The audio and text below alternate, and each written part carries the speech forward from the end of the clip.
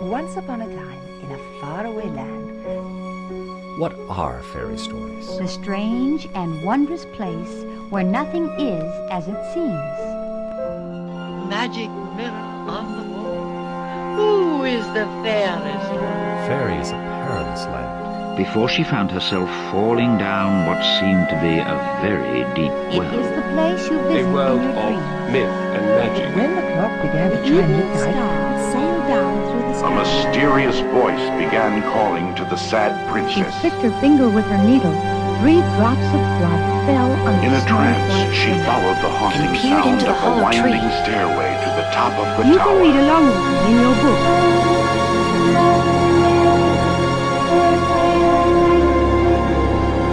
she waved her wand and said the magic words. Let's begin now. Well met, witches, and welcome once again to Storybook, Sacred Lore of Witchcraft. Today we have Vincent Saint-Roch with us. And Vincent, would you be able to let everybody know a little bit about yourself? Sure. So I am a practitioner of mostly planetary witchcraft and necromancy. I got a podcast about witchcraft that I do called Witch Hassle. I got a radio show out of a station in the Catskills called Wizards Workshop. That's on WYOX, 91.3 FM. And what else am I doing? I'm presenting this summer at the Salem Summer Witchcraft and Folklore Festival on Folk Saints. So I feel like that's a pretty solid intro, right? Great. How did you get into the broadcasting, like Wizards Workshop? So that's actually, I got into that almost before I got in. So actually, let's go backwards. Sure. The way that I got into the occult was through broadcasting, because I was doing a radio show out of a little radio station in Brooklyn under a bike shop. And when I pitched the show to them, I had become aware of the Satanic Panic of the 1990s, 10, 20 years later, at the same time that Brooklyn was having a big occult revival. And I thought, wouldn't it be great to do interviews with occultists showing how non-threatening they are to kind of help prevent another satanic panic through spreading acceptance makes it sound really highfalutin. I was like, no, everyone's just normal. It's fine. Don't worry about it. But then I made a lot of friends and got invited to the right birthday party, and now I'm a wizard. So I should have known better than to think I could just be a journalist about this. That's funny. And your classes and presentations, I know you just described your craft as being very planetary.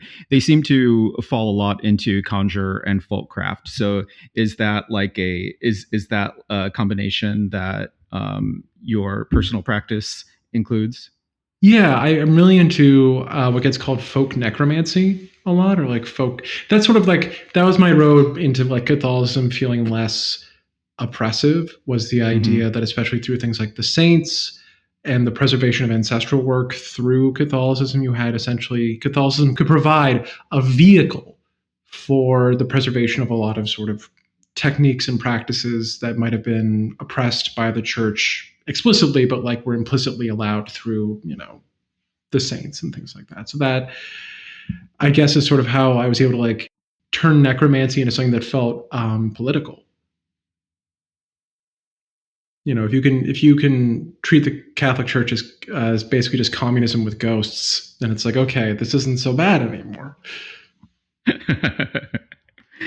So I reached out to you inquiring about a book that was meaningful for yourself. I've been working a lot specifically with images of monsters and monster fiction, monster theory, queer monster theory, things like this, and applying that to my craft.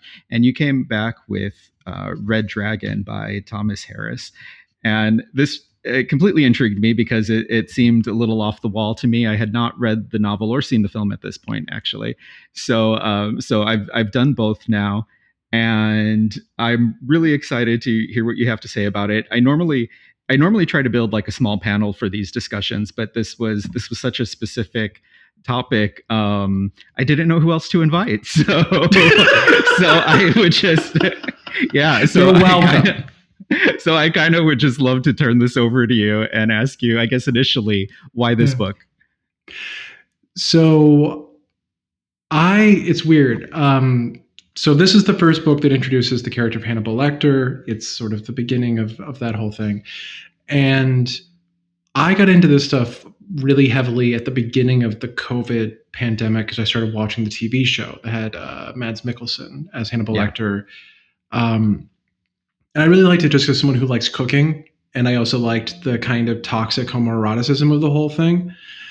And then, COVID progresses. I change careers. I go into mental health. And then I start watching it again. And I become less interested in Hannibal Lecter and much more interested in Will Graham, who's sort of the more important character in this novel. And he's a central figure in that TV show, but you lose him in the subsequent novels, the subsequent movies. Right. And what I really like about that character is how much he uses a kind of super intense preternatural empathy, but such that feels like channeling. So there's a sense that he is constantly being almost involuntarily possessed by things as a way of knowing them, which I found incredibly intriguing and feels very supernatural, and also was much more interesting than, because I think my angle into this book for this podcast was oh yeah, you go to Hannibal Lecter. This is Goetia. You need to get information you can't have normally, so you go to Hannibal Lecter, who's locked up behind the glass in the the classic Silence of the Lambs scene, right, where he's behind the glass, and there's a sense of you're going to him because he knows things, but he's also very dangerous, and even though he can't physically touch you, there is still a sense that you are going to carry him with you out of that room, that he's somehow getting inside of you. And I think that's sort of the threat of a lot of Goetia, a lot of conjuration stuff. It's oh yeah, no, it's in the triangle. Don't worry. Nothing's going to happen to me. It's come on, man. Everyone is porous. Everything is porous. Funny enough, I'd been recommended the show a lot when it was still airing, and specifically because of the food styling. I was working it's incredible, right? So yeah, that's funny. That was initially the my in on the character as well. Passages, and they were early on with Will Graham, and he's describing his process, and he almost has to clear his mind, and it is very much like the lead up to a magical operation with the mental exercises of first relaxation, but then really creating this blank canvas to start the work. Yeah, I think that was sort of because when I pitched it to you, I had read it, I've read it before and I've seen the movies and stuff, and I was this feels like the right thing. And then I started rereading it for this, and I was oh no, wait, I was more correct than I realized, because he's doing. It's also funny because right before that, right before they show him going to the crime scene, doing the mental exercise of the pendulum swinging, which already very loaded symbol or image for this, right? Everyone's acting like it's the most natural thing in the world for him to do this, that he can't help doing it, that he doesn't need any kind of prep, but then there's a technique there to build on whatever sort of natural aptitudes he has. And that felt very much okay, this is the game that we as occultists and such have to make all the time of it's not just technique. You have to work with something in there that you don't quite understand. Interestingly, the edition of the book that I read had a foreword by the author where he talks about his period of writing the novel. I think he was in Mississippi, maybe, renting or Louisiana, renting a shotgun house. And one day he had a vision of the crime scene, the murders, and Will Graham coming to investigate. But he couldn't figure out who had committed the murders. And he said he only knows as much as his characters know. And so then that's when he realized that Will Graham had to go to someone for help, and that someone turned out to be Hannibal Lecter. But how unusual way of describing this as well, where these characters are, he's not really controlling them completely. And even he, as the author, had to go to this goetic power that you're describing to get some clues.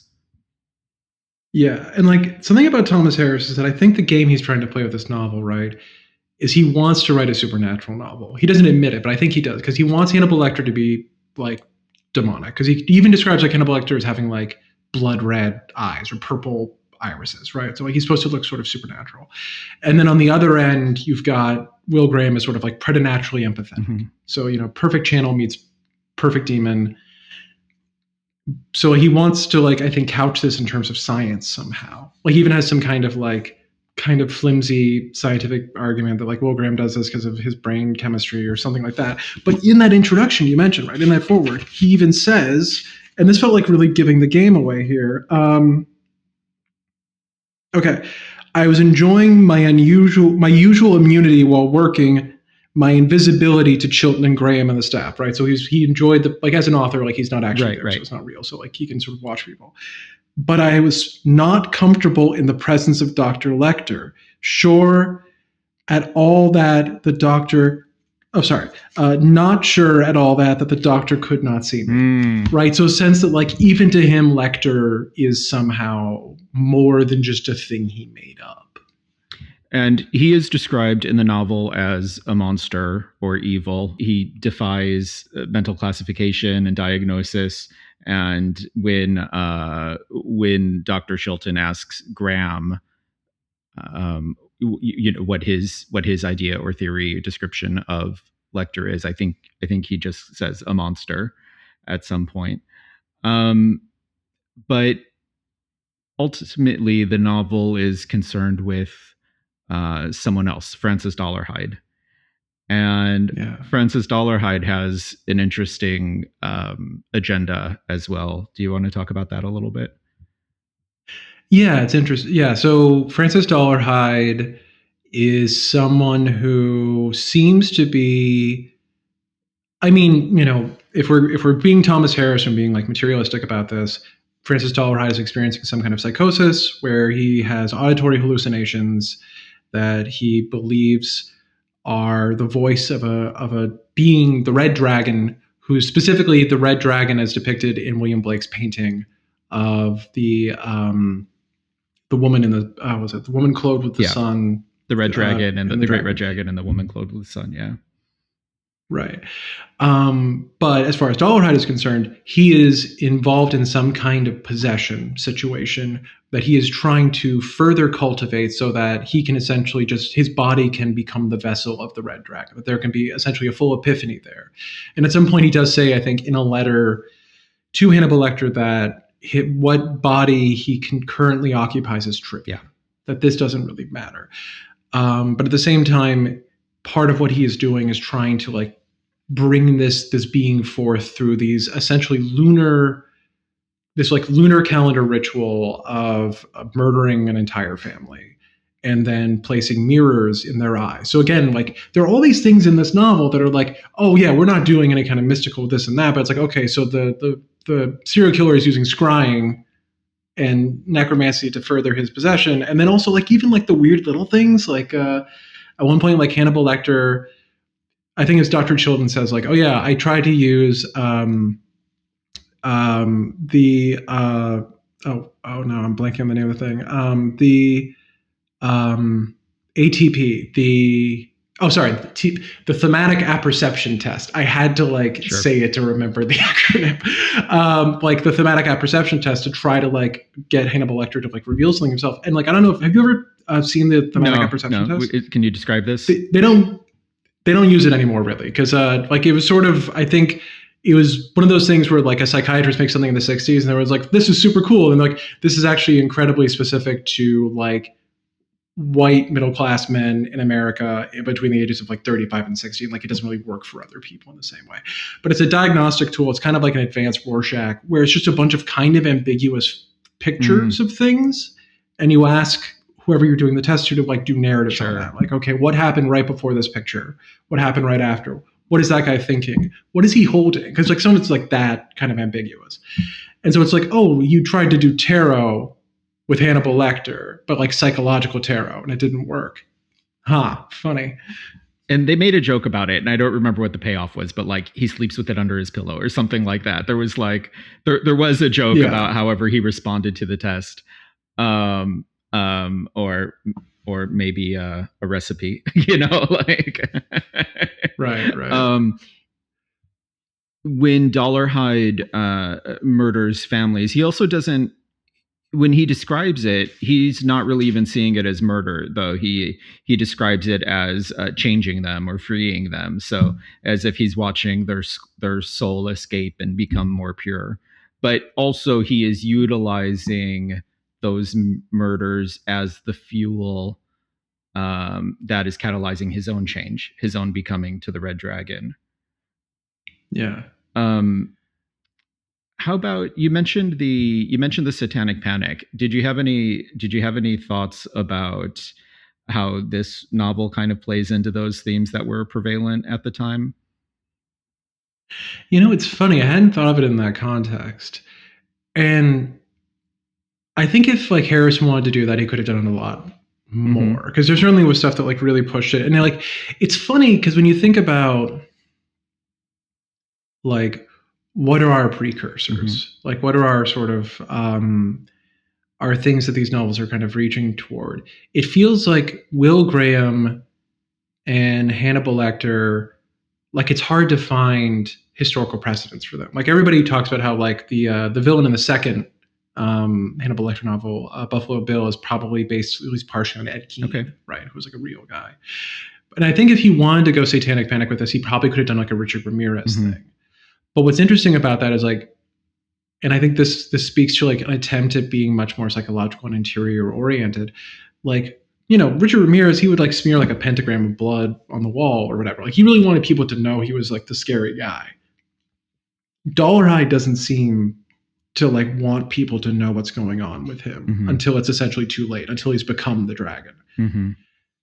And so mixing it in with like, say, Blake, and then also just the fact that he does like an I Ching symbol, like on a tree, like there's something here that feels much more sincere than just like a straight Satanic Panic, like we're given into the schlock kind of thing. And interesting that he chose the William Blake painting, and I haven't heard any interviews really discussing that aspect of it. And so the image, of course, is inspiring and lends itself to how it's used in the story, but because of Dollarhide's hallucinations, we could call them. It's interesting considering that Blake himself was subject to mystical experiences, seemingly like hallucinations as well. So he's known to have had an experience, I think in a tree where he was met with angels and things like that. And yeah, so there do seem to be parallels there with the choice of William Blake. That's really okay. Yeah. And it's funny because like, the book opens and closes with a quote, right? Which is, I've never seen a novel end with a quote.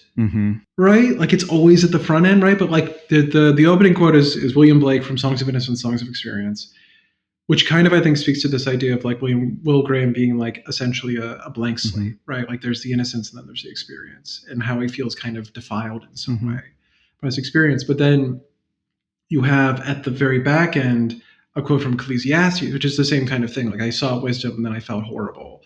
But of course, the trick there is Ecclesiastes was supposedly written by King Solomon, the great demon conjurer. So this like sense of like what happens, I think, with both of these writers, William Blake and Solomon, but especially Blake, there's a sense of like when you go looking into trying to understand the world, you are also understood and you are also changed. And there's no way to see without also becoming in some small way what you have beheld. Right. And that's really Graham's largest internal conflict, probably through the novel, is his struggling with, is he a monster as well, like Dollarhide or Lecter, and is that why he is able to have empathy with them? And Lecter pushes that button with him a lot. He accuses him, and he tells them that we're the same. He says, "That's how you caught me. It's because we're the same." And as you mentioned, he's using an ability to empathize. So perhaps not. Perhaps he is actually using something that the other two are incapable of. But it does leave him with this question. His gifts make him feel guilty because he is able to think like Dollarhide and Lecter. I'm wondering too how you would draw comparisons to that to some of the work we do. I mean, I think there's a sense of part of it, I think, is this question of like humanity. And I think the idea of like value and dignity. Because when I think of like what makes Hannibal Lecter so bad, like why is he a cannibal? Like obviously he's a cannibal because he like literally was eating people. But like also I think there's something about if you are able to occupy a space where you understand somebody's internal workings, but you do it without empathy and you do it in a kind of like utilitarian way, you're using them for something, then that's a kind of cannibalism, that there's something kind of unacceptable there. And I think both Lecter and Dollarhide are kind of doing versions of this. So like Dollarhide doesn't seem really interested in people's interior states, but like he's still seeing people as material for something. And Lecter too. But with Graham, there's a sense that because of this intense empathy, that he is motivated by a kind of total understanding of something, which is like really difficult for him because part of I think the issue here is that he doesn't just interiorize or internalize Lecter and Dollarhide. He's also doing it to all these people who are getting murdered. So he has to sort of simultaneously be the circle of conjuration for the demon and also the graveyard for their victims. And I think that's part of the issue here. But I think especially with the work, like that's part of the work that we do too, right? Where we're just constantly, if our primary instrument is the body that we have, it's really hard to do that and come away clean. And I think part of the problem for Graham is that it's not that Lecter is right, that like the reason why he caught him is that they're the same. I think the problem for him is that the longer he tries to understand him, the more he will be the same as him in some way. The more of him will just be, the more Lecter will be left in Graham. And that question of like, you can expose yourself to Lecter and like know people and understand things, and that's very interesting, but then you suddenly become a monster. Or you can try to recalibrate that by exposing yourself to these dead families that he's constantly trying to internalize, right? Like he's so fixated through this novel, and like, I need pictures of these dead people when they were alive. I need their voicemails. I need film footage of them. Like he wants to get them in there too, but there's an intense pain because he knows of the suffering of that. So it's like, do you either, oh, it's that, oh my gosh, I feel very trite saying this, but it's like that line at the beginning of Fear and Loathing, where it's like, he who makes himself a monster no longer has the pain of being a man. Like, I think that is part of the work here. It's like, we can either take in the pain of our art and other people's humanities, or we can take in the danger and the cruelty of things that are more than human or less than human or other than human. But then what are we left as? Yeah, that's a great point. And even when we're just doing healing work, but especially justice work and working with grief, it is so important that we're able to separate ourselves afterwards, because those things can linger for a long time. And interestingly, Graham, he likes to, well, I shouldn't say he likes to. In the novel, he visits the homes of the murdered victims, and he needs to get a sense of who they were to try to figure out why they were targets. And as you were saying, he'll go through. He's looking at their pictures. He's trying to reconstruct their life. It is a crime scene, so he's also seeing the remnants of that inside the house. But alternately, when he goes to another crime scene, that one has already been renovated and repainted, and all the belongings are gone, and he's unable to really get a sense of the former owners in that one, of course. But it is very similar to to like a kinetic psychic ability where the tangible objects, the atmosphere, is so important for him to be able to understand the people that he's trying to learn about. Yeah, he needs a haunted house. Yeah. Like reading this, I felt like really drawn towards like stone tape theory, like these ideas that emotions are a kind of sort of spiritual fluid that go in and out of people's bodies, but also in and out of objects. And that this sense that we are, as workers, psychically porous in ways that it's really hard to like close those gaps, but you also need it, right? Like you need the kind of access, even if it's like to something as intense and full of suffering. It's funny because I feel like the more sort of mundane sense this book keeps going back to is scent. And this idea that like, when we smell things, of course, smell is the sense with the strongest tie to memory and all that sort of thing. But that means that there's sort of a direct link to some part of us that we can't quite stop. And like, you only smell a thing if it's like, because you look at something, it's over there, you're over here, like it's light. But like, you smell something that's inside of you already. Like, you can't smell it unless it's already in your body. And I think, like, as practitioners, like, we kid ourselves if we think that we can just clean ourselves off, or we can just maintain like perfect boundaries when we're engaging with things. Like, you have to accept that this is the danger, even if we didn't decide to do this, like, because that's just part of being a person. And jumping back to Dollarhide a little bit. So Dollarhide does horrific things and some unexpected things throughout the novel, but Harris doesn't rest on just giving us a villain. He gives probably almost a good half of the novel, or just under half of the novel, to Dollarhide's interiority as well. And eventually we get some of his past. And he becomes almost a sympathetic character. As I've said in other discussions talking about monsters, this isn't the simply, they're just misunderstood argument, but they are able to be empathized with. Okay, well, if there's can I go back to a thing, actually? Because I was also, recently I was reading, so Cadmus has a new book out about working with necromantic tutelary spirits, right? Okay. And in his introduction to that, he was talking about Eliphas Levi. I never say anyone's name right. Eliphas Levi, yeah. And essentially, his suggestions for how to do a necromantic working. And reading that, I was like, oh my gosh, it's Will Graham again. Because in his description of like a good necromantic working, actually, I've got it here, so I can cite my text. So I'm doing it from memory, right? But like he says, okay.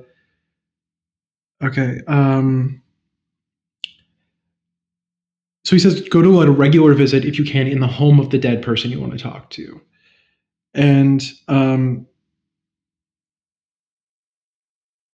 so you have to have a portion of bread for them, and it must be put before their portrait. And in the evening, at the hour for the regular visit, we must repair in silence to the chamber, light a clear fire of cypress wood, cast incense 7 times thereon, pronouncing the name of the person whom we desire to behold. The lamp must then be extinguished, and the fire permitted to die out. On this day, the portrait must not be unveiled.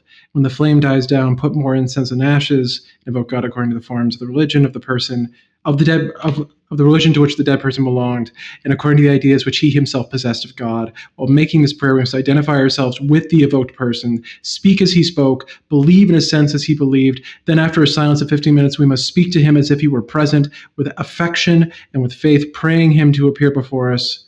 So like this like sense of like, you need the pictures, you need to draw them into you. And I think like part of this like walkthrough of the house where the murders happen is like he is trying to draw the family in, but he's also trying to draw Dollarhide in. And I think there's a really strong sense of like, you can almost, I don't know if like Graham is thinking of this, but like if he understands this murder as a way for Dollarhide to be reborn, right, to become the dragon, to become something else, then this becomes his home too. So you have to like pull the ghost of the living in as well. Mm-hmm. Yeah, he's reconstructing the events as they happen, and amazingly, but he's even asking questions while he's doing it, like, why did you, asking questions to Dollarhide who's not there, but while he's trying to make this connection. And so, the children were in bed. Why did you bring them here? Why did you put them back here? As he's going through and trying to reconstruct the scene to be able to understand Dollarhide's operations. And there is even a moment in the novel where he starts to imagine himself, and he realizes that they've become linked, and how Dollarhide is probably doing the same things at the same time of day that he is. Yeah, which is that strange thing of like, if you want to link yourself to the spirit of something else, you do have to kind of, it's that difference between invocation and evocation, right? Where like, it's one thing to call out to the name of something. It's another thing to try to become it a little bit, to draw it in. Like like when, Grant Morrison is talking about like chaos magic and just being like, oh, if you want to summon Mercury, the thing to do to summon Mercury is to drink a lot of Red Bulls and do some coke and then start dancing to techno music, because that's being him. And like, it's, what if you do that for something that you need to hunt because you need to kill it, as opposed to something that you want to actually have inside of you. And the beings do have their own agenda. We see that with both characters in this novel, Dollarhide and Lecter. So Lecter is somewhat helpful. He does require convincing, which can be an appeal to his ego, similar to the praises and liturgy in a goetic working or evocation. Right. And some of them are ultimatums or gifts, offerings. But his agenda remains his own. So even though he is helping Will, he still does pulls a lot of other strings in the background of the novel. Right, which is that thing of like, when you work with demons, it's like, okay, yeah, they're smarter than you. That's why you talk to them. But isn't that the scariest thing about them? Is that like, who knows what they want? And like, especially like when I love that you like framed it as an offering, right? Because that is what it feels like when he's like, because like Lecter is like, yeah, I want the crime scene photos. Give me the crime scene photos. It's like he wants this chthonic, almost like flesh offering. Mm-hmm.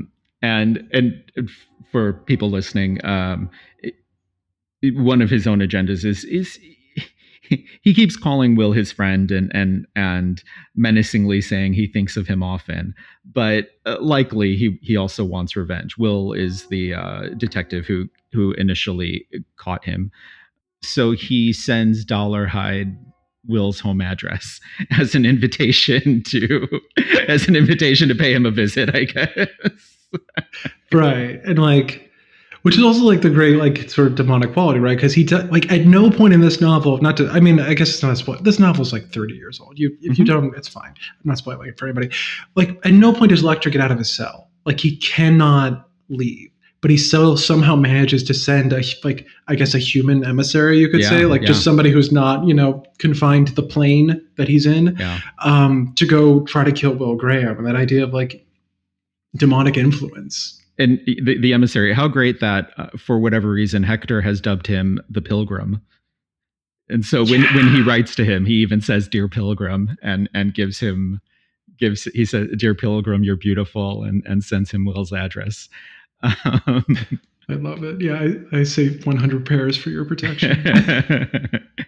And this pilgrim, Dollarhide, he is working towards his own apotheosis, becoming this great red dragon, which he sees as beautiful. And at some point, he does wish to stop this process and not kill again, or at least not kill the one that the dragon is requesting. And so he comes up with the idea that the only way to defeat the dragon is to go and literally eat the original painting. And he does. It's a great scene in the film. I liked this especially because this reminded me so much of very classical magic, where magical inks are created, whether it's a spell or a symbol, onto the item, and usually dissolve that into a bowl or a glass of liquid and drink the liquid. So you're not necessarily eating the paper, but you do drink the image or ingest the image, the sacred image, into yourself. And so he does this with the red dragon, and it seems he would have for a while. It seems like this has worked, that the possession has stopped, but then at some point the dragon comes back and says, "You've made us one again." Yeah, like especially because like I think before that, he's part of the idea is that it's okay as long as they're both kind of passengers, but it's when there's conflict that he has to jettison him. And so like that is the resolution, is actually more unity between the two of them as opposed to like a domination relationship, which is really interesting. I love that you go to like the magical, like the workings of like drinking ink and stuff like that, because my mind was jumping to the old school Catholic stuff of like a conophagy, where you would do like, an Agnus Dei and you'd eat that, or like even like bread that was supposed to, like, you touch a piece of bread to an icon of the Virgin and then eat that. Like this sense of like, or even pilgrims. Okay, there we go. Yeah, he's the pilgrim. Pilgrims used to do, in Europe, pilgrims would frequently take dirt from sacred sites, cast it into the shape of like an Agnus Dei or some kind of like icon, and then ingest that. So like this sense of like the image is where anything becomes the dragon if you put the dragon on it, and then anything become. I guess it's kind of like a Eucharist, isn't it? Let's get full sacrilege here. Yeah, he's doing bad Eucharist, scary Eucharist. Yeah. As if the normal Eucharist isn't scary enough. It could be ambiguous. The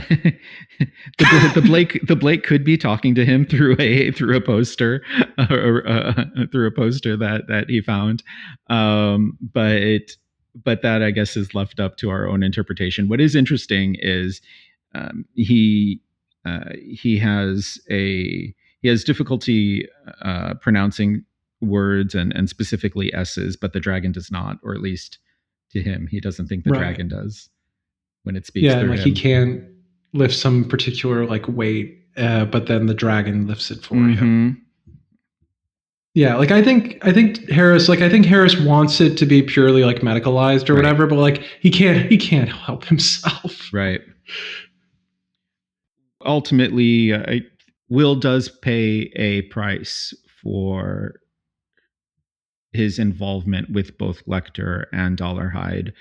I don't think I want to spoil that. I don't know. Yeah, that's fine.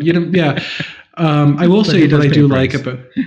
He does. Something I do like, and I hope this isn't too much of a spoiler, is that part of the fight that it does ensue between Graham and Dollarhide is that Dollarhide is hit in the face with a fishing pole and gets a hook in his face. I think there's just something really perfect about he's been trying to catch this guy the whole time. It's a hook and he's reeled in more than he can handle. Which, like, how many people sort of like us have had that sort of like, I finally got the spirit to appear. I regret this instantly.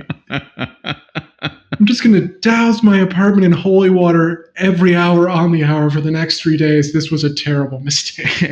I'm glad you mentioned that, because there was a quote that jumped out to me where Graham's supervisor, Crawford, comes into contact with Lecter, and Lecter asks him, do you know how Graham does it? Do you know what his strongest drive is? And Crawford doesn't know. Lecter says it's fear. And Crawford asks, is it fear because, of getting hurt again, physically hurt, wounded? And Lecter answers, no, not entirely. Fear comes with imagination. It's the price of imagination. And there's a lot there. Imagination is also often described as the faculty that we have to speak through the gods and the spirits. It's the realm of the moon that the other planets are filtered through and reflected onto mankind in the earth. But there is a price, the price of fear, which we have to manage when we're working with these spirits. Yeah, which I think is really this idea. Like, this novel does seem to be fairly interested in questions of like perception as directional, right? So imagination makes us open to things, but also like he describes it as like it's a kind of projection. So like he has to go into other people. But then again, it's also, I think there's a psychologist in the novel, Alan Bloom, who I think also says something along the lines of like, well, perception is a tool that's pointed at both ends, right? So we are this idea like, he has the perfect faculty of the magician, and so he lives in constant terror.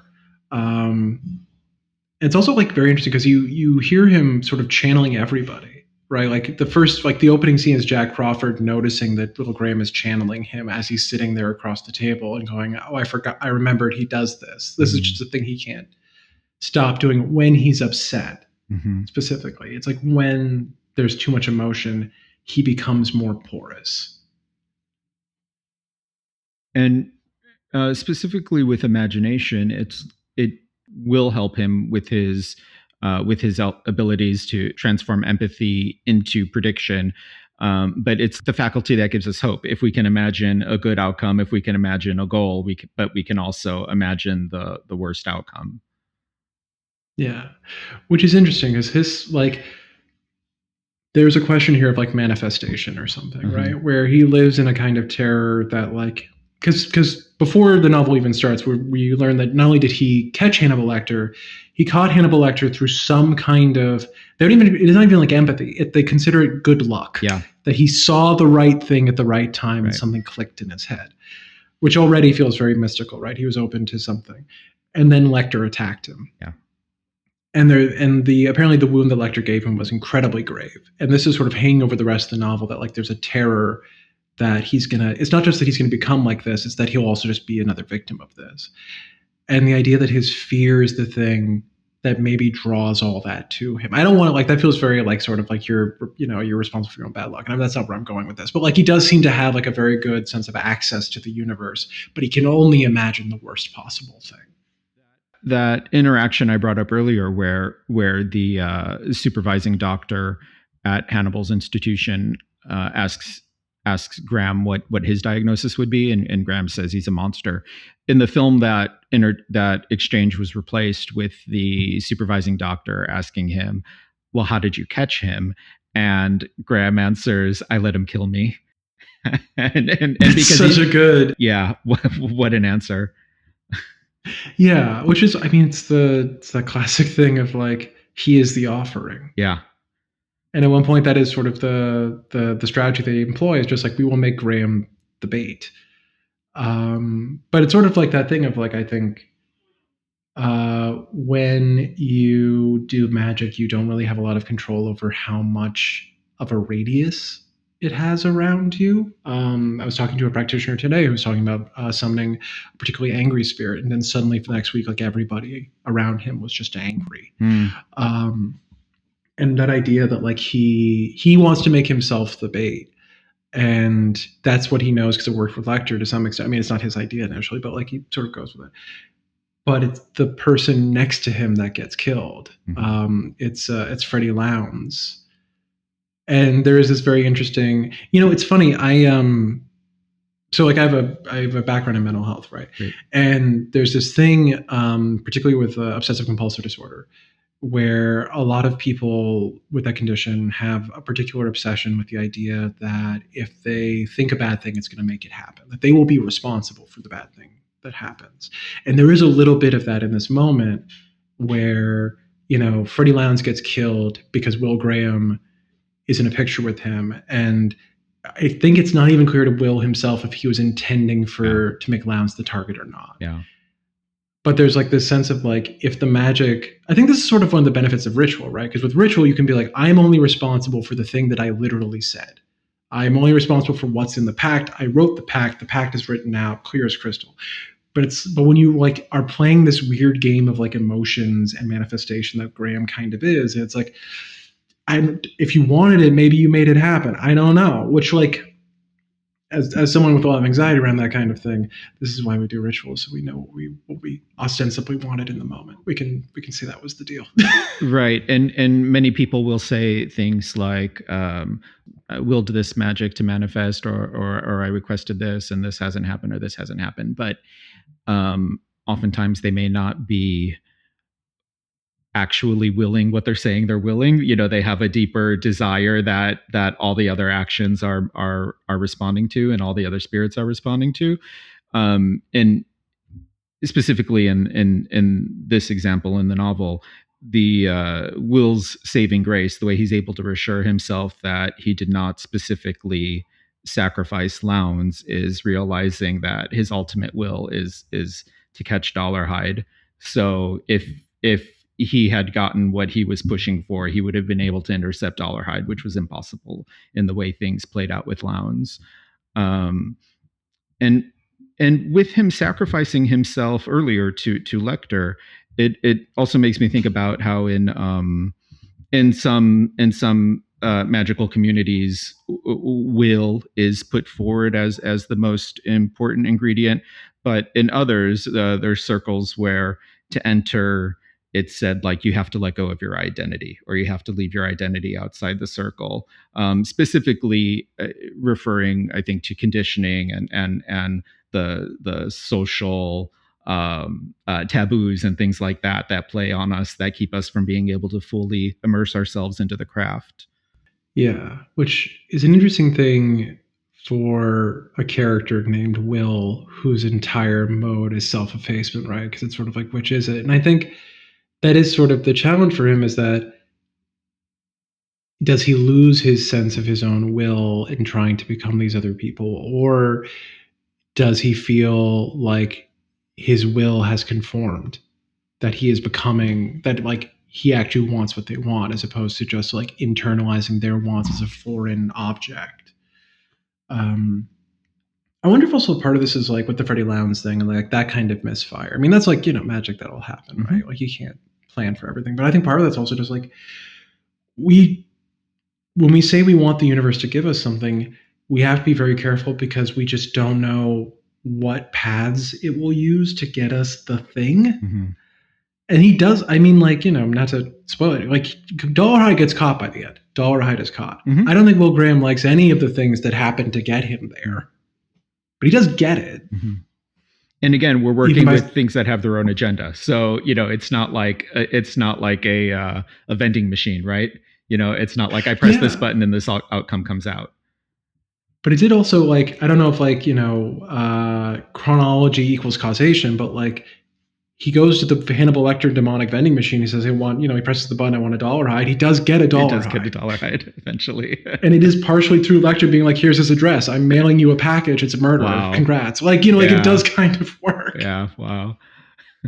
And Will Graham, even not only doubting if he's able to keep his identity after identifying with his the criminals or his targets, but even can he exist in society? Can he have a normal family life? Can he just go back to a quiet existence afterwards or not?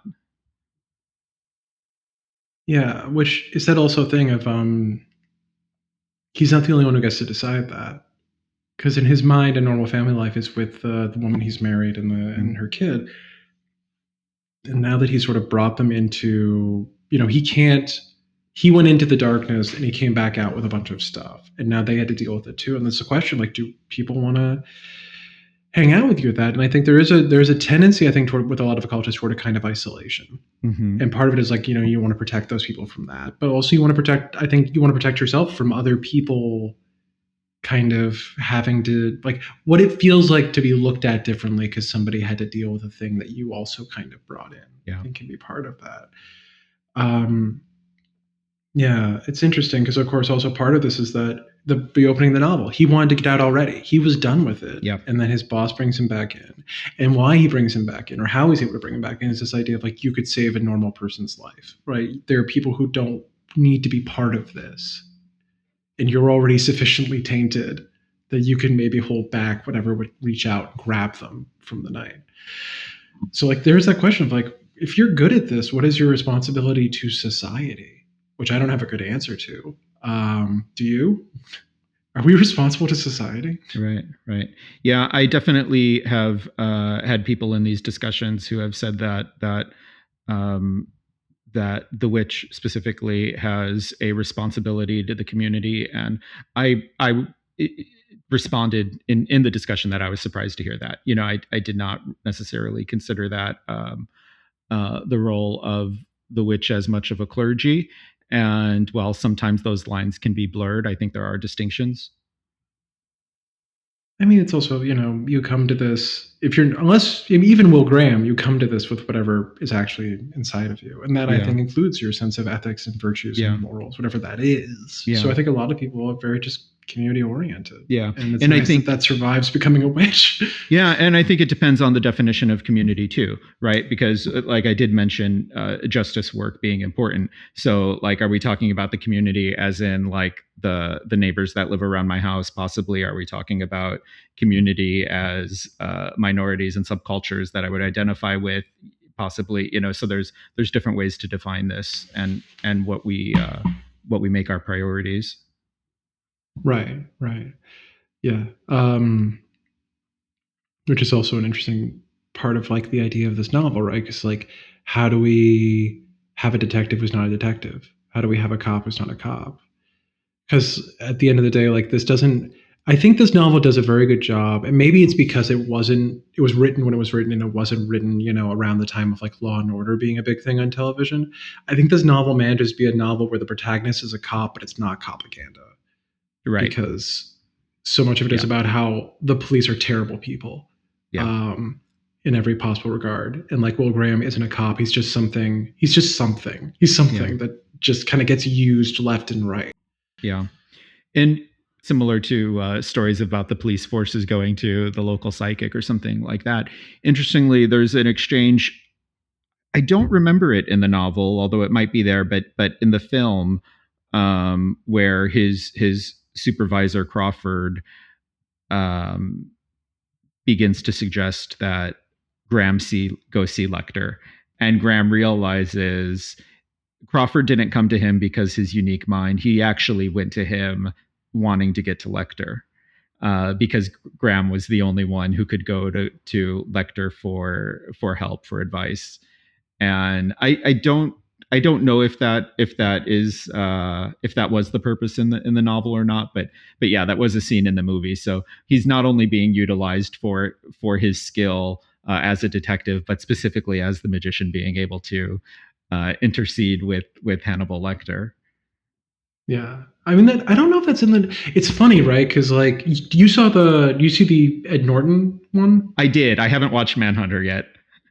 Okay, that one is incredible. I'm just seeing that in terms of chronology, but also too.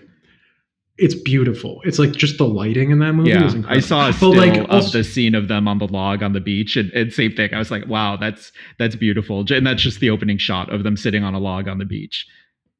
Yeah, like really does. I mean, it's great. But like the thing is, like, because Red Dragon, the movie with Ed Norton and is that Ralph Fiennes who plays? Ralph Fiennes. Yeah, Ralph Fiennes and whoever always plays Hannibal Lecter. Well, that's also the thing about Manhunters. They have Brian Cox playing Lecter, and like he does it totally differently, because he does it as like just a huge blowhard.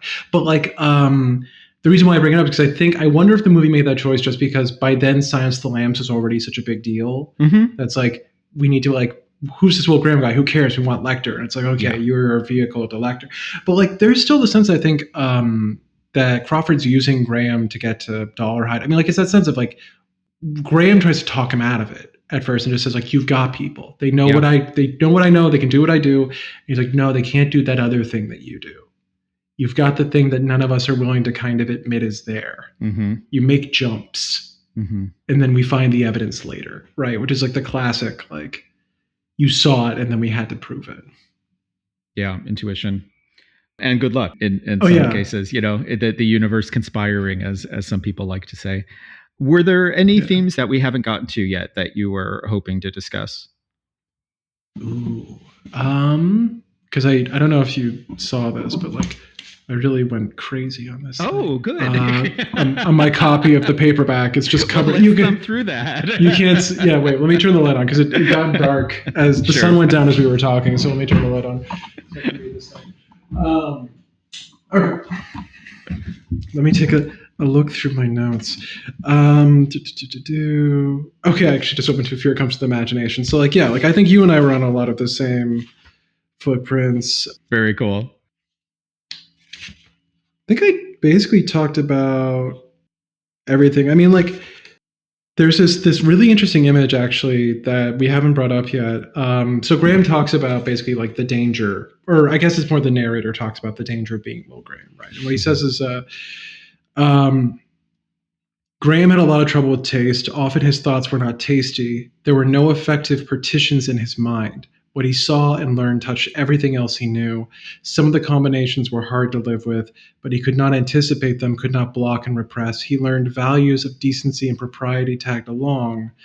Shocked at his associations, appalled at his dreams, sorry that in the bone arena of his skull there were no forts for what he loved. His associations came at the speed of light. His value judgments were at the pace of a responsive reading.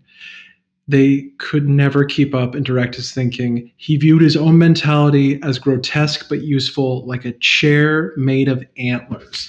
And like, that idea that like it's not just that everything's intermingling in him, is that I think if you do sort of an as above so below, like outside inside thing, like it means that his entire life is going to be like stuck in the summoning circle of his skull, like all the good things, all the bad things. But that image especially of like the chair of antlers, the throne of antlers, he's on this like necromantic chthonic horn thing, like it's like demonic, but it's also something sort of, it almost speaks to, it's funny, there's in the TV show, right, they do this recurring image of the Wendigo. They have Hannibal Lecter as a Wendigo, which is not terribly convincing as a Wendigo because they don't make him, I just don't know what a Wendigo is supposed to look like, but I always pictured having more of a elky kind of vibe, and it looks more just like Hannibal Lecter with horns.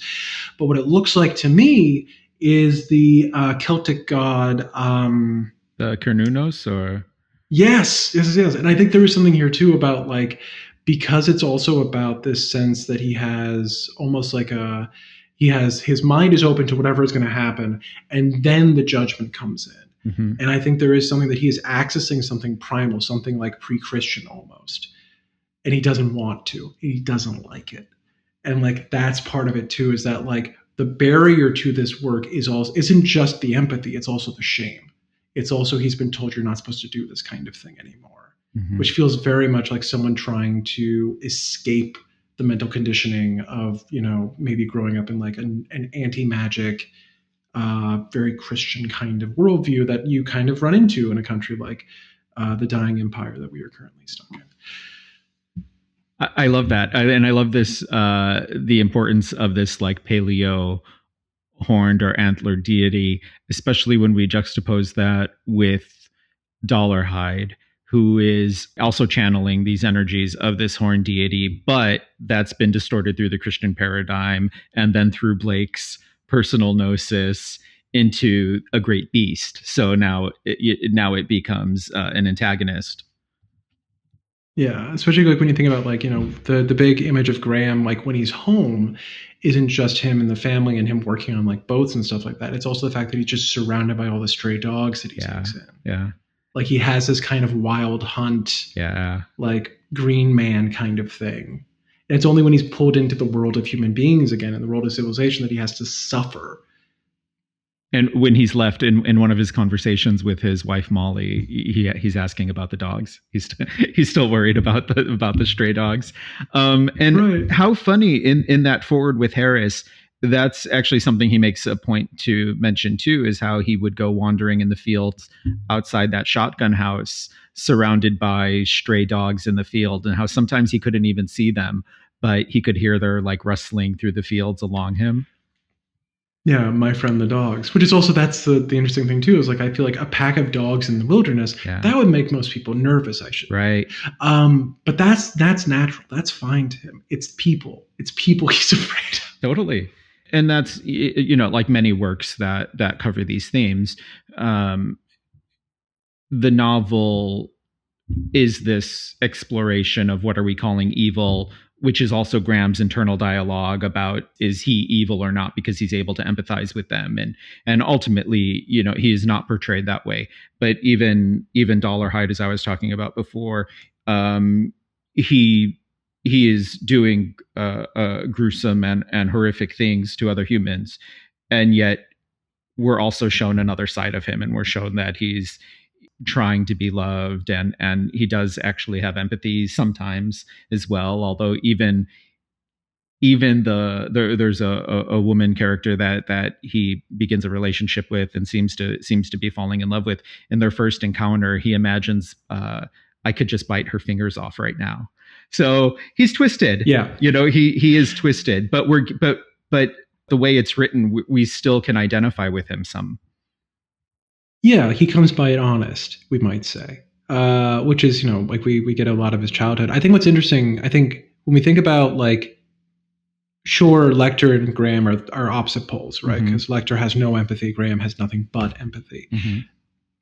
But then Dollarhide is this very interesting figure because, in a way, I think the word that like Harris keeps using with Dollarhide and with Lecter is pure, right? Like, yes. Not Dollarhide, sorry, with Lecter and Graham is pure. Like Graham is a pure purely empathetic is pure empathy. Lecter's, I think the phrase he uses is pure sociopath. But like Dollarhide's whole problem is he doesn't know how to integrate the different parts of himself. So first they're two people, it's him and the evil dragon. Then he tries to like suppress one completely. And then he finds that like the reintegration, like that's sort of his search is for some kind of integration of these forms of himself. But when they describe that childhood, right, like they describe him starting to like kill things as a kid.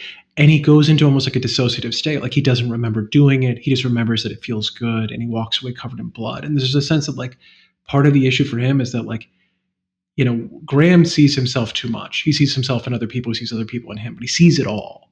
Whereas like Dollarhide can't see it. And that's where he runs into trouble.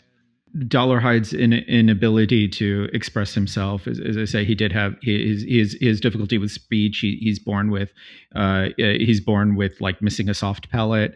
And interestingly, though, unlike the cliche representation of a troubled youth who's harming animals, he's not going out there to get revenge or to take out anger against his parents or something like that, although he might be. But the way he's describing it is he becomes overcome with love, and he's feeling love so strongly he doesn't know how to express it, and it's like building up inside him and he can't get it out. And then he finds an axe and he finds the chicken coop, and then when he comes back, he's been spent. His love found a vehicle.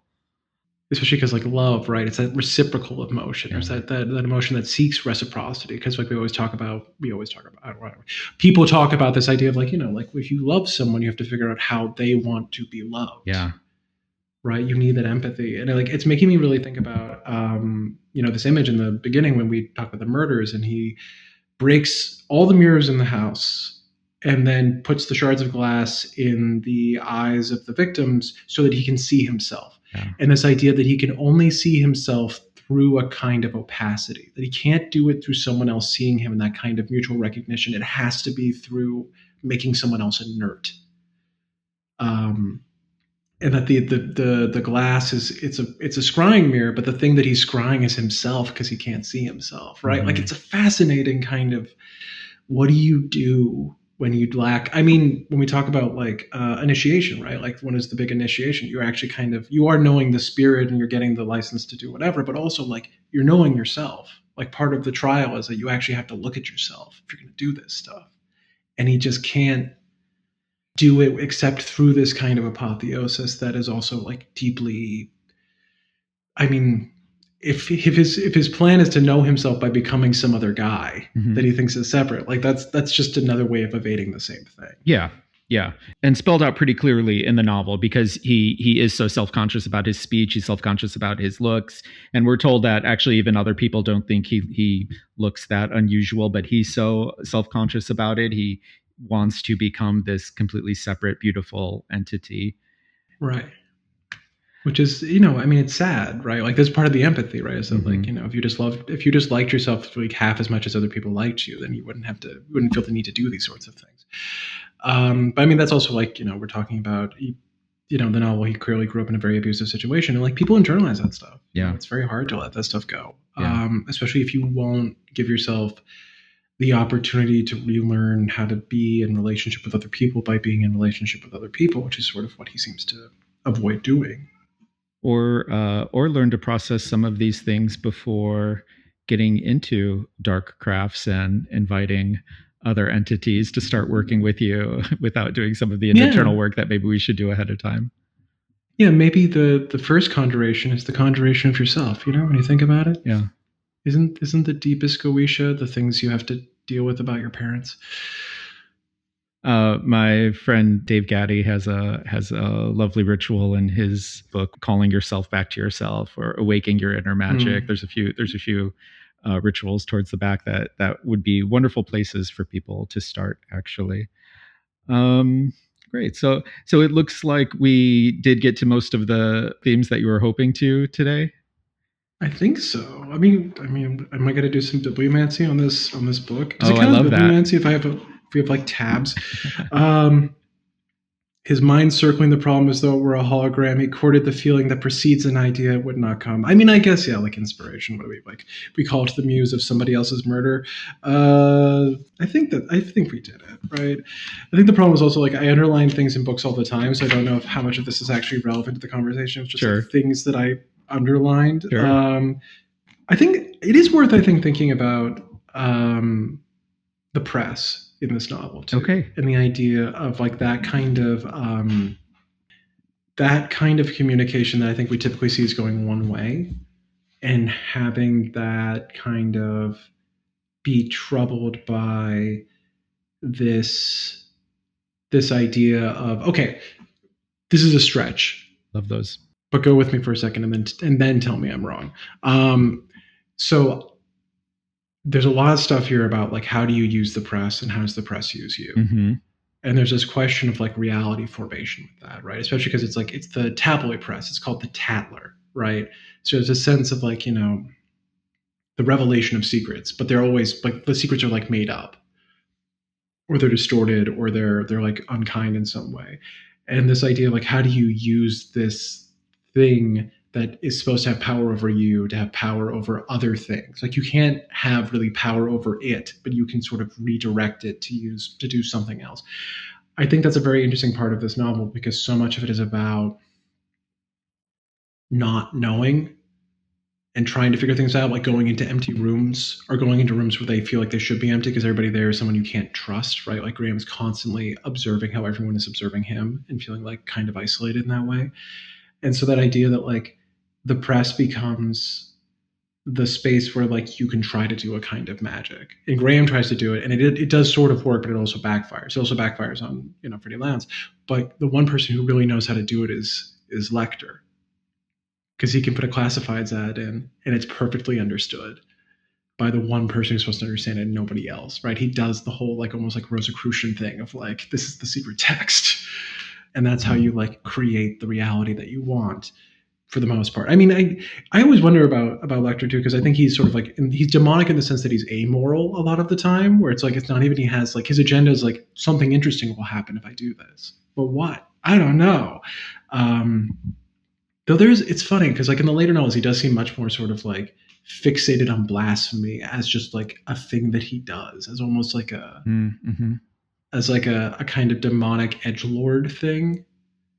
Like, it's not in this novel. I think it's in Silence of the Lambs. He talks about his design for a wristwatch that's the crucifixion, and Christ's arms are the arms of the watch. And it's just like, that's just goofy. Like, that's like a 14-year-old's idea of getting a rise out of somebody. What are you doing, man? And like, I think there's something like cartoonishly demonic, but it's also sort of like, in this novel, it's much more like, I just want something to happen. He's captive in this novel, so he does seem more singularly malevolent, but I get the impression that in the later novels after he's escaped, he's not necessarily, like, I mean, he can exist in society.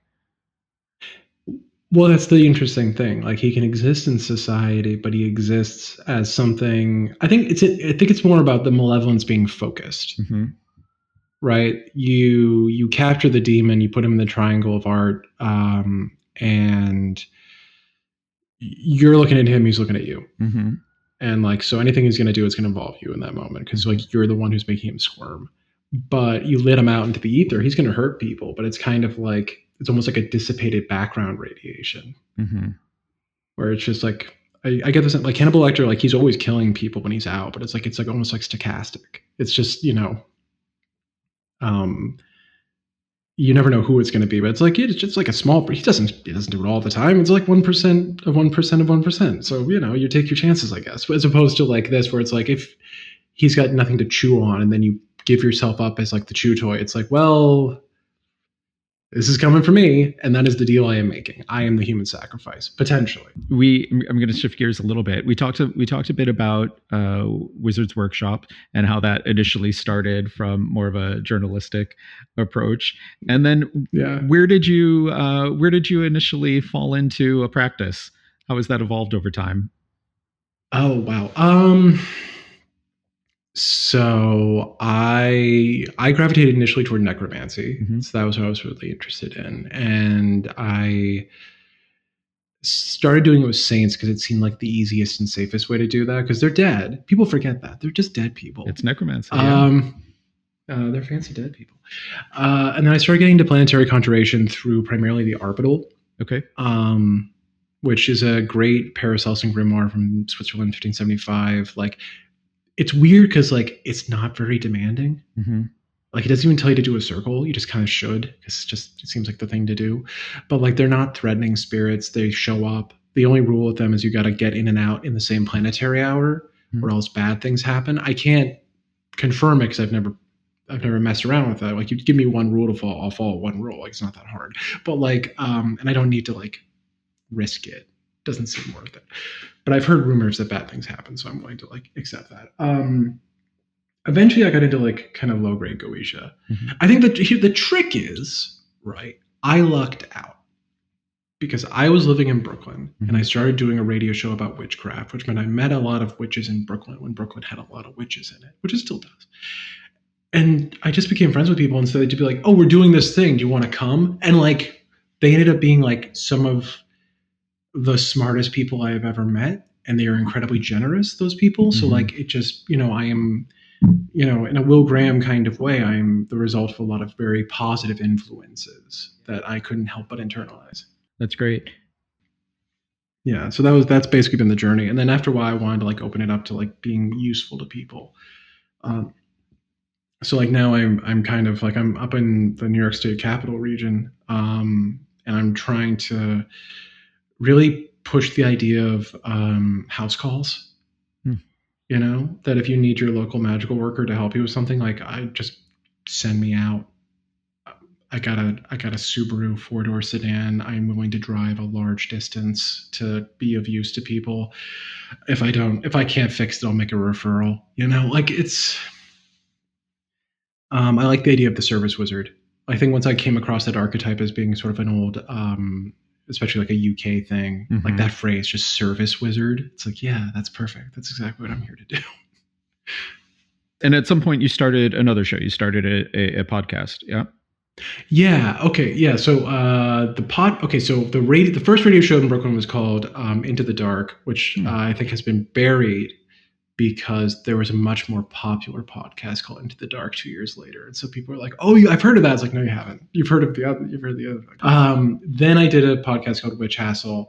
And when I was doing that one, the big point of that was, now that I knew what I was doing, to be a bit of a gadfly to sorcerers, because I think so many people who are very good at this, like, they talk about it in this very fluid and useful way, but I think it's really important to stop them and interrupt them constantly, because I think a lot of people will use a word and, like, you ask 10 people what it means 10 different things to them. So, like, really getting people into specifics, getting into the granularity, asking questions that I think are kind of dumb and obvious, because I want to see what people will do with that. So, like, oh, you meditated. That's super cool. What did you do with you were thinking what were you thinking? How were you thinking that? Or, like, oh, you summoned a thing. That's super cool. Did you say stuff, or what was on the floor? Can you give me the details? Put me in the picture. And, like, something that I think a lot of people would feel too annoying to do. Like, they shouldn't, it's rude in some way. And so it feels important as a resource to the community to be the sin eater of being annoying.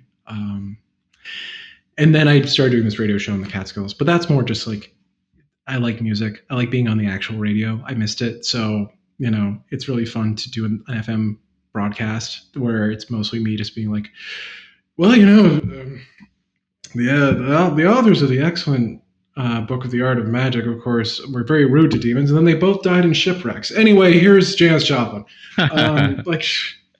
We're just like doing an interview it's so fun to do interviews over the phone into a soundboard. Because it's just like, it just feels very like, oh, it's back in this, we're doing the old time You're doing stuff. Radio. Yeah. Yeah. And it's just like, okay, yeah, come to the soundboard. And it's like, well, this was super fun. Here's Megadeth. And just like having that, it's just like, am I caller number 5? I never tell anybody in the broadcast, because I never tell anybody the phone number unless I'm calling them to do the interview. I should just start doing that. I just get nervous that someone's going to, like, Yeah. crank phone call me and then just say the forbidden words. Radio is very magical. Like they're the forbidden words you are not to say, or else you will summon the great monster of the FCC. Yeah. On the station. And like it also like it felt very necromantic because I was like I moved out of the countryside, you know, I'm in the woods. I don't know if have you ever been to upstate New York? I've driven through it. I drove between Manhattan and Buffalo to go up to Niagara. Okay, yeah. So like I don't know if you noticed, there are tiny like 4 tombstone cemeteries everywhere. Just like these mountains are full of dead people. And then also like there's a lot of just weird history here. Like this is where the Fox sisters were. This is where like table rapping got its start, like all this kind of thing. And so it felt really important to be physically broadcasting things over the landscape, over that particular landscape, which is part of why here's a fun thing you can do on the radio when no one else is in the room with you because you're your own producer, because they don't have a budget for like producers, is you can play, you know, whole, and under that you can play a recording that you made of an audio sigil, and no one really, you know, they just hear I was about to call her Kate Blanchett. Oh my God, Courtney Love. They just hear Courtney Love. They don't hear, you know, you saying rearranged syllables of a sentence. And like I think that's very fun. Apparently it's unnerving for people sometimes when they do hear it, because I did an episode on curses once. And I was like, well, here's one curse. And I just said it into the microphone, which was stupid. And that apparently was not fun for people hearing that. And then leaving the station, one of the headlights of my car broke. And I brought this on myself. So I'm going to steal a witch hassle tactic and say, okay, stop there. So you mentioned audio sigils. What does that mean? What's an audio sigil? Okay. So there are different ways of doing this, right? I assume. The way that I do it, I rip this off of Peter J. Carroll, because like here's also how I got into this, the embarrassing thing. I did chaos magic first. I know you're not supposed to do that. You're supposed to do the other stuff and then chaos it, but that's what I learned first. Because here's also how this happened. I was working in a publishing house, and I mentioned that I like Batman to one of my coworkers, and he's like, "Oh, you know what you should listen to? There's this really cool interview with Grant Morrison where because he wrote Batman comics, and they were like, every Batman iteration is the same guy. It's just he gets older and then things happen to him, right? So like when it's the 60s and it's Adam West, and you see the sound effects, right? There's like blam and a kapow. Like he's just had too much Joker venom. Now he's hallucinating. That's all that is, right?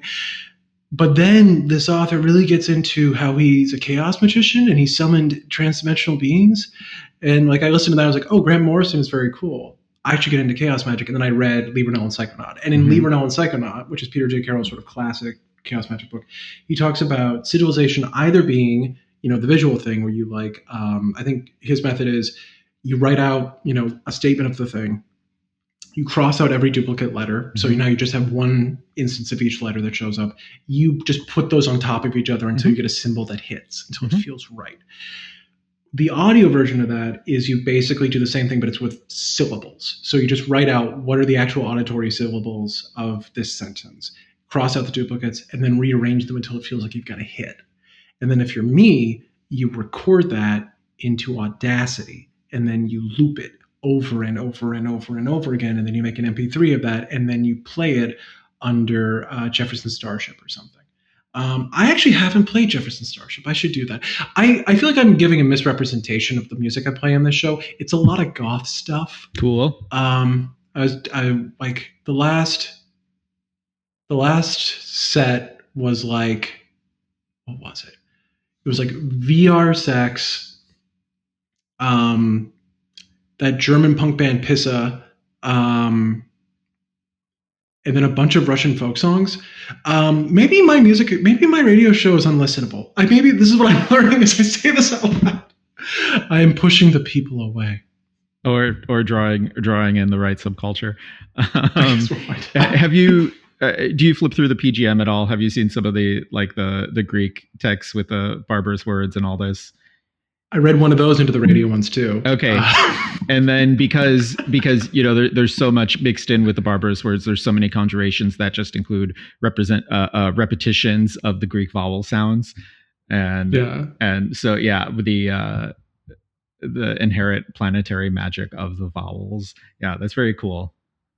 Yeah, it's very fun to have this resource to misuse. This is the good thing about doing a radio show late at night, is that people aren't complaining the way they might if it was the drive time radio hour. This is Democracy Now! Takes the heat for me. This is great. My favorite was late Sunday nights after a weekend of partying. There used to be something called Musical Star Streams with Forrest. Forrest was the DJ, and occasionally I'll come across like a random vintage episode on YouTube. Oh hell yeah! Yeah, I mean the thing right after me, the 10 p.m. to midnight slot is In Goth We Trust. Oh, where this lady Chelsea, and what's great because I'm at the station when we do the handoff, I see that she is wearing a witch hat every time she comes in and like goggles, and she will do.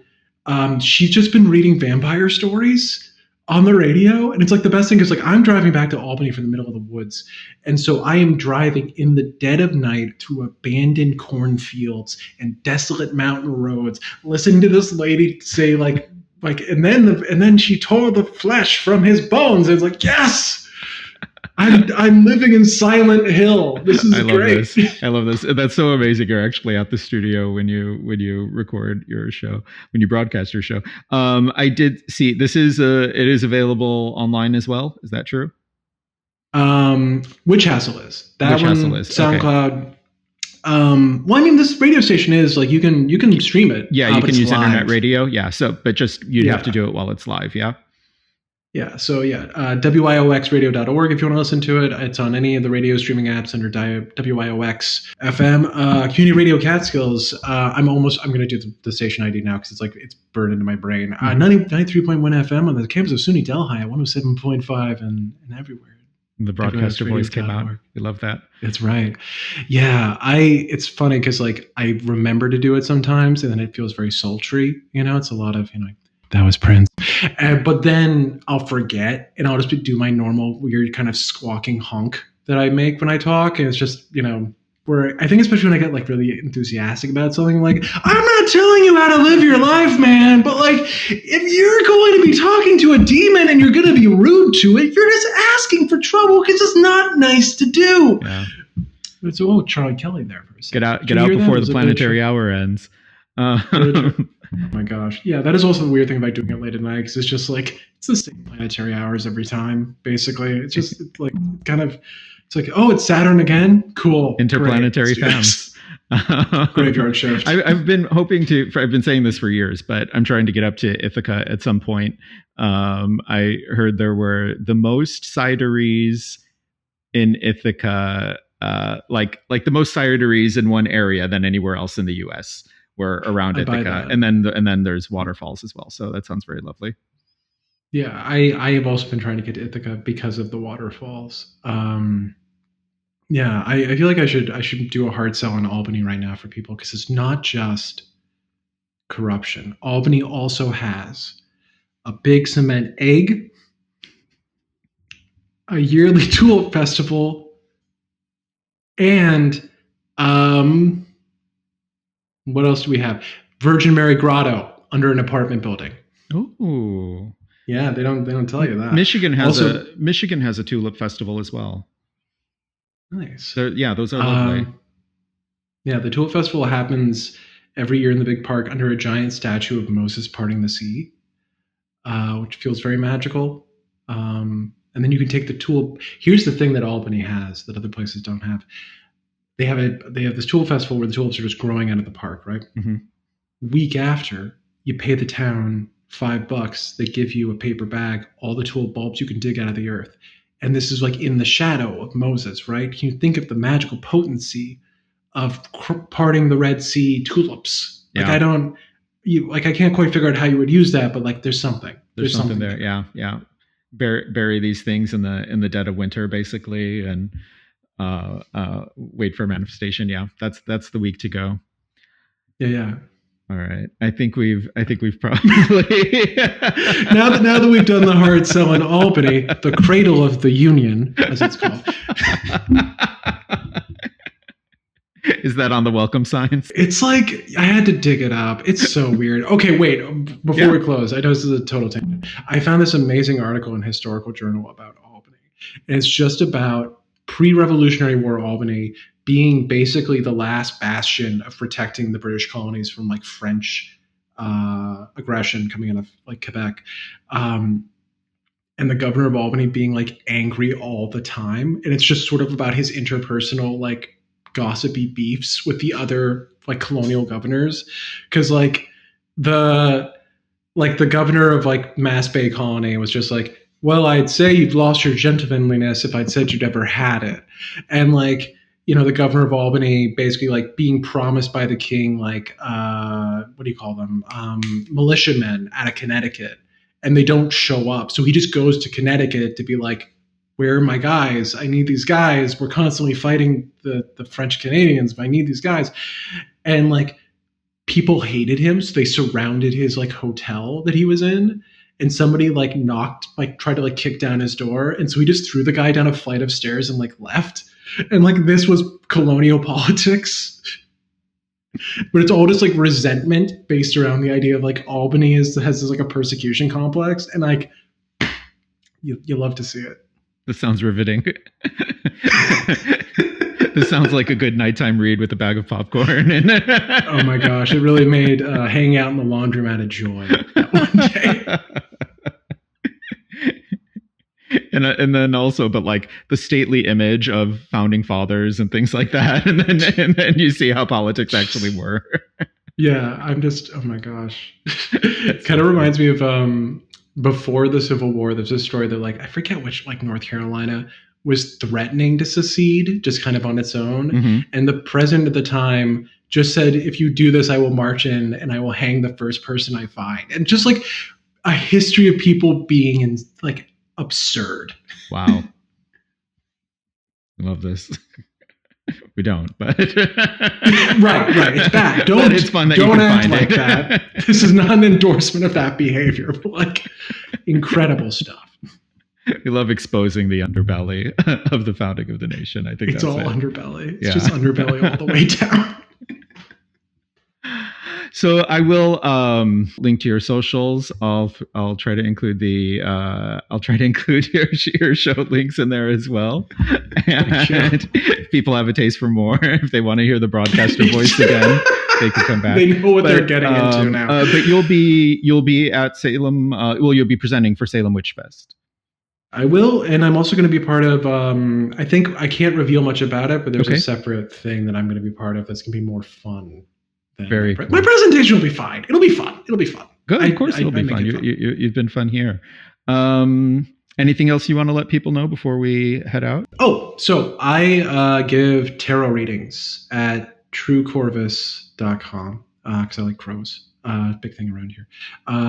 Next to Albany, there's a yearly crow festival. Did you know that? No, I did not know the that. town of Troy. People dress up with crows. It's very fun.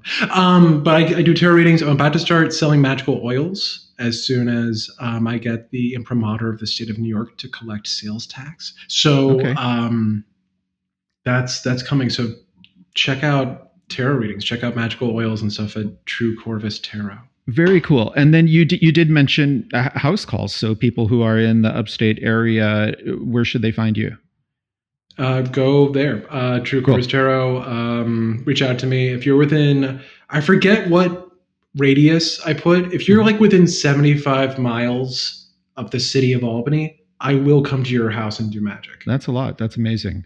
Wonderful. Thank you so much for agreeing to do this. Thank you for suggesting a new work to expose me to. I really appreciated that. It was a fun read as well. And until next time, may all your travels be filled with wonder. Oh, thank you.